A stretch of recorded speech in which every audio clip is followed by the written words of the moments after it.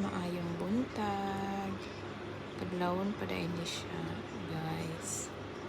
Ang luto ta karon og kuan, puto. Ayan. Natin itlog, tubig, harina. Unya. Mekos-mekos. Halo-halo ra nato na, guys. Panday ni siya na ay nag-order. Ginagmay ra good. Nahinay lang ba? Bas hindi ay. Kung nanay pa dahil sa una, hilig ko ka ng luto. Nga sa una, maninda na siya sa kanang naay mga liga-liga. Basketball sa barangay. Unya, inig-uli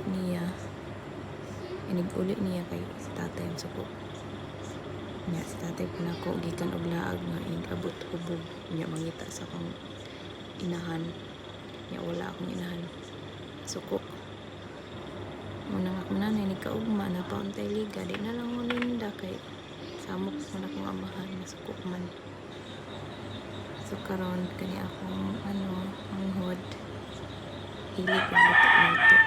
Bakit siya naliwat sa akong inahan ng luto-luto. Akong hilig kay makaon raman, guys.